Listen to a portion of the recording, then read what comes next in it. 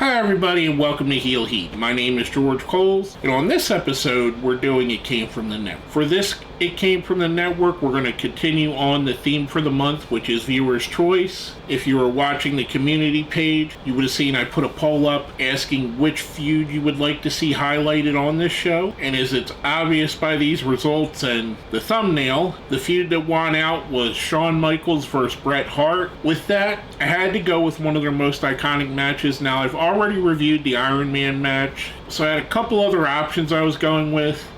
Surprisingly, I've never reviewed this show, which I thought was kind of weird, being it's probably one of the most talked about wrestling events in the history of wrestling. With that being said, if you haven't seen my shows before, I grade everything on a 1 to 5 scale, 1 being the worst, 5 being the best. Let's jump right in, and it's Survivor Series 1997, by the way. So let's jump right into it. First off, we get a traditional Survivor Series match. We get the New Age Outlaws, Billy Gunn, and the Road Dogg Jesse James, teaming up with the Godwins, Henry and Phineas, going up against the Headbangers, Mosh and Thrasher, and the new Blackjack Bradshaw and Blackjack Wyndham. This was basically towards the very end of Barry Windham's run as a wrestler, and towards the beginning of JBL, John Bradshaw Layfield's run in the WWE. And as anybody knows, if you put new in front of anything, especially a tag team, it's the curse of death. This was kind of a very boring match, if I'm going to be perfectly honest, and I wanted it to be better.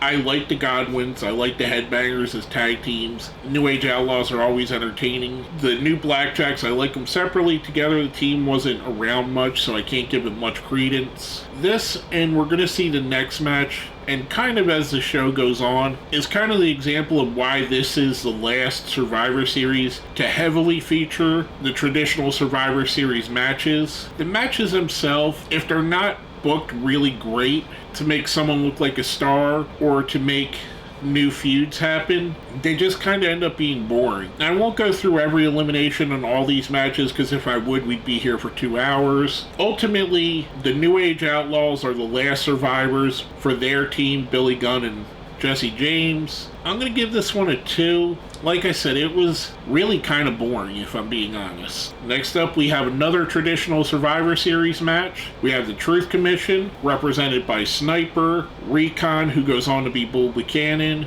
the Interrogator, who is Kurgan, and the Jackal, who you may know now as Don Callis, or if you're an ECW fan, Cyrus the Virus. They're going up against the Disciples of Apocalypse, which is Chains, who is Brian Lee, aka the Fake Undertaker, Skull and 8-Ball, aka the Harris Brothers, and Crush, who Brian Adams, if you want to go with an aka for him. This again fell under the same problems as the initial match, both kind of slow, both kind of prodding. This fit more into the theme of the show, as the theme of the show was gang wars, even though no one in the world remembers this for being the gang war show. They remember this for exactly the reason why everybody remembers the show, and we'll talk about it when we get there, but you know why. Everybody knows why. This again was another boring match in my opinion.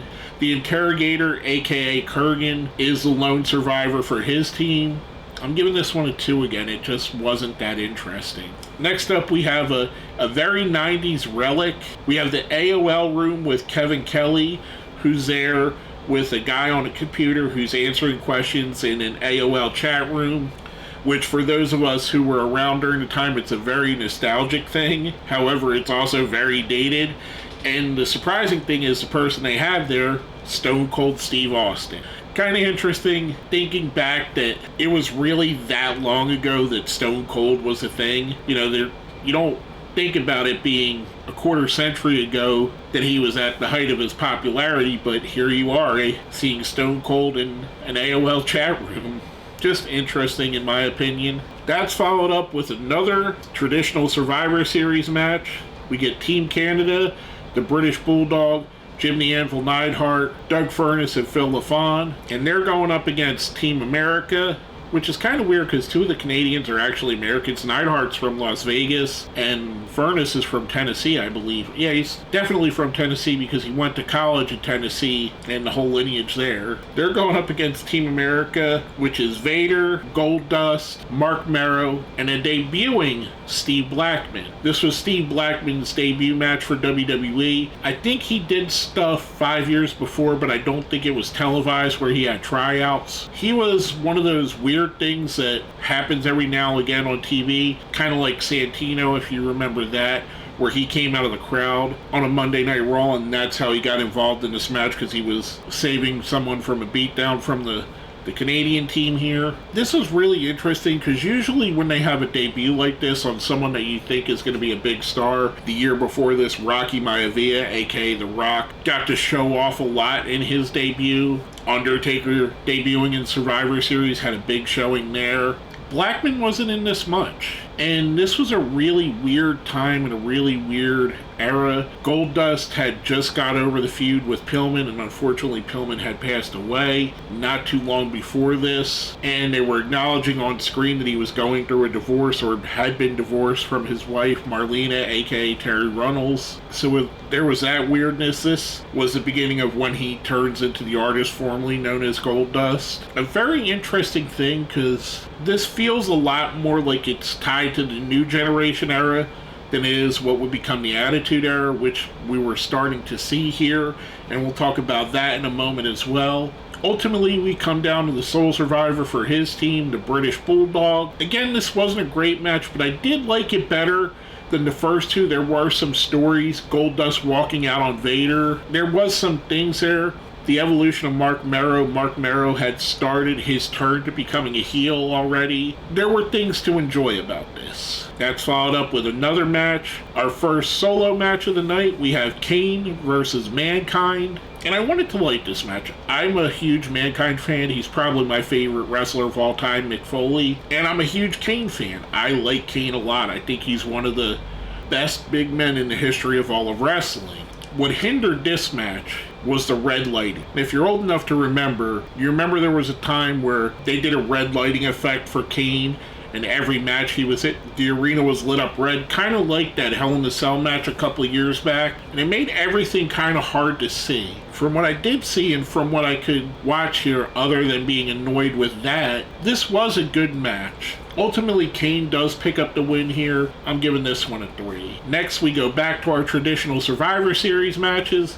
This is the last one, thankfully. We get Ken Shamrock, Ahmed Johnson, and the Legion of Doom, Hawk and Animal. And they're going up against the Nation of Domination, which is Farouk, D'Lo Brown, Kama Mustafa, not yet quite the Godfather, and Dwayne "The Rock" Johnson, or Rocky Maivia as he is still here. This again is tying into the Gang Wars theme. We get another gang. 97 was a very faction-heavy year for WWE. I mean, look at this list. You have the Truth Commission, you had the Canadian team, the Hart Foundation, you have the Nation of Domination, Los Boricuas were out there. There seemed to be a faction everywhere you turned, which made the Gang Wars theme. I was kind of surprised with how little the Road Warriors, the Legion of Doom, were used in this, and they eventually got eliminated because they were basically distracted by the New Age Outlaws who had stolen their shoulder pads, which is kind of interesting when you see stuff like that, because you don't ever remember the Road Warriors being made to look silly, but yet here we are. Ultimately, it comes down to the winner of this, Ken Shamrock. He's the survivor for his team. Him and The Rock are the last two guys there, which obviously they're setting up as two guys that are going to be future stars. They had an amazing feud all through this and going forward. I thought this was a good match. Again, not great. I'm giving it a 3. Next up, we have a rematch from SummerSlam. Stone Cold Steve Austin versus Owen Hart for the Intercontinental Championship. In SummerSlam, Owen famously accidentally broke Steve Austin's neck. This was the rematch of that. And there was actually more that happened before the bell than the match. This was a kind of wild brawl. Then we finally got to the match. The match itself is rather short, but the story is great. I mean, we have Steve Austin right when he's about to hit his peak. He's only a few months away from being the world champion at WrestleMania 14.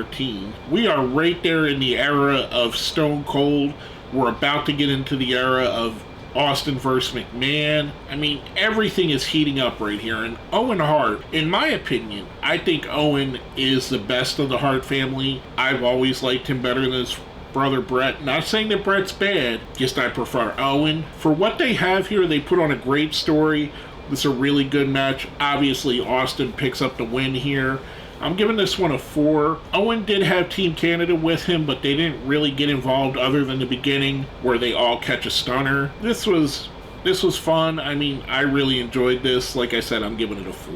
That's followed up with a commercial for WWE Attitude or WWF Attitude, which if I remember correctly, this is the first time that they had that logo, the scratch logo, as it's been known to be called. So I do think that's the debut of that, which is kind of cool. I actually thought it debuted before this, but I seem to remember that being the first commercial to really show it. And the funny thing is, the commercial still has Bret Hart in it, which it wouldn't going forward. And again, you probably already know why. And if not, we're going to talk about it here in a moment. Finally, we get to the main event, the reason why this video was picked. We have Bret the Hitman Hart defending the WWF Championship against the Heartbreak Kid, Shawn Michaels. There has been so much written about this match. There has been documentaries made, there's been DVDs made, there's been stories told, there's been opinions, there's been rumors, there's been conjecture. This match may be the most talked about match in pro wrestling history. If you don't know Michaels vs. Hart from Survivor Series 97, you probably haven't been paying attention. We all know how this ends. We all know it ends with the Montreal Screwjob, where Bret taps out to the sharpshooter when he didn't actually tap out, that they had to take the belt off of him because he was leaving for WCW. Most of us that are probably watching this video have watched Wrestling with Shadows, when all the other documentaries, and everything that everybody talked about this. Who knew? When did they know? Who covered it up? Who came up with it? And everybody wants to lay claim to being part of this because it's such an iconic moment. What I do want to talk about, though, that hasn't been talked about ad nauseum, is the match itself. I would say this match was on pace to probably be the best Bret Hart and Shawn Michaels match if we didn't have the finish. And this was a really fun match. It was a wild brawl. They went in and out of the crowd. And it's crazy just how different it was, because as they're fighting in the crowd, there's no security.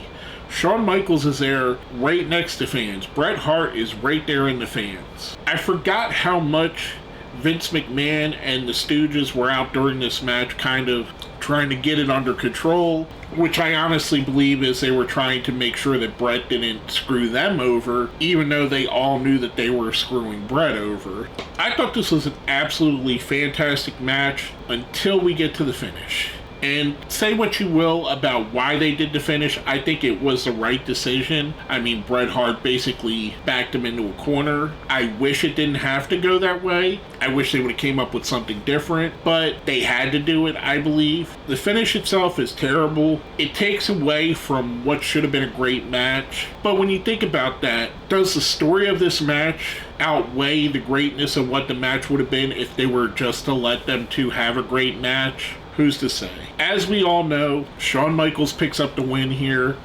I'm giving this one a 4. It would have been a 5 if the finish wasn't what it was and I didn't have to take something away from that, because I do believe the finish did take away from the match. Even if we didn't have any of the controversy, I think it still took away from the match itself. But like I said, probably the most talked about match in the history of wrestling. I could probably go on a 2-hour diatribe about it if I really wanted to. I mean, there's so much been said. Everything from Vince Russo's involvement to Hunter Hearst Helmsley's involvement, to when did Shawn Michaels know, how much did Shawn Michaels know, did Earl know, how soon did Earl know, who came up with the idea, was it Jim Cornette, was it Vince McMahon, was it somebody else altogether, was it Triple H? It's been that kind of a thing. There's so many rumors. This is basically the JFK assassination of pro wrestling. As much rumors and innuendo and stories there are about JFK's assassination, there's just as many of the Montreal Screwjob. It's that big of a conspiracy, I guess. But with that all being said, overall I think the show was hurt a bit by the Survivor Series matches themselves. And I see now why they moved away from doing mostly Survivor Series matches. Because while it was a fun concept, and it works when you have teams that match up well, you know, something like the Bloodline going up against 4 baby faces or something of that nature. But when you have multiple of that same kind of match on the same card, it kind of takes away from it a bit. And by this time, the newness had run off. I think this is the 11th Survivor Series, if I'm counting correctly. So yeah, it made sense that they made that less and less vital to the show. The next year, I don't think they did one at all. I think it was all the tournament. And over the years, we probably only get 1 or 2 per show now, which I'm more appreciative of. Overall, I'm going to give this show a 3. If I were to recommend anything, I would definitely say go back and see Austin vs. Owen. Watch the Brett and Shawn Michaels match just because you have to. It's that important. Some other things you may want to watch if you're a big fan of Kane or Mankind. That match is good. If you want to see an early JBL before he fully became JBL, that's a good match to show here. The Godfather before he became the Godfather. The Rock when he's not fully figured out The Rock just yet. So yeah, there is some good here, but overall, that one match and that one incident overweighs everything else that's on the video. I still would check it out just for historical reasoning, but I would avoid probably all of the multi-man matches. Overall, again, I'm going to give it a 3. With that being said, if you made it here to the end, let's smash that like button, share the video, subscribe if you haven't. If you see where it says join, that's how you become a channel member. Becoming a channel member definitely would help me out. If you made it here, let me know what you think. Is the Montreal Screwjob a shoot or is it a work? Let me know down here in the comments. I tend to think it's a shoot, but I went back and forth. I believed it was a work at times too. So let me know what you think. Hit me down here in the comments. Stay tuned to the community page. I'm going to put a poll out probably tomorrow for the upcoming weeks or this week's show. This video is coming out late. Unfortunately, I was very ill last week. I was pretty much in bed for 4 days straight. I'm better now. You can probably hear it still in my voice, but that's the reason why this video is late. But keep paying attention to the community page so you can vote in that. With all that being said, my name is George Coles, and this has been another It Came From The Network.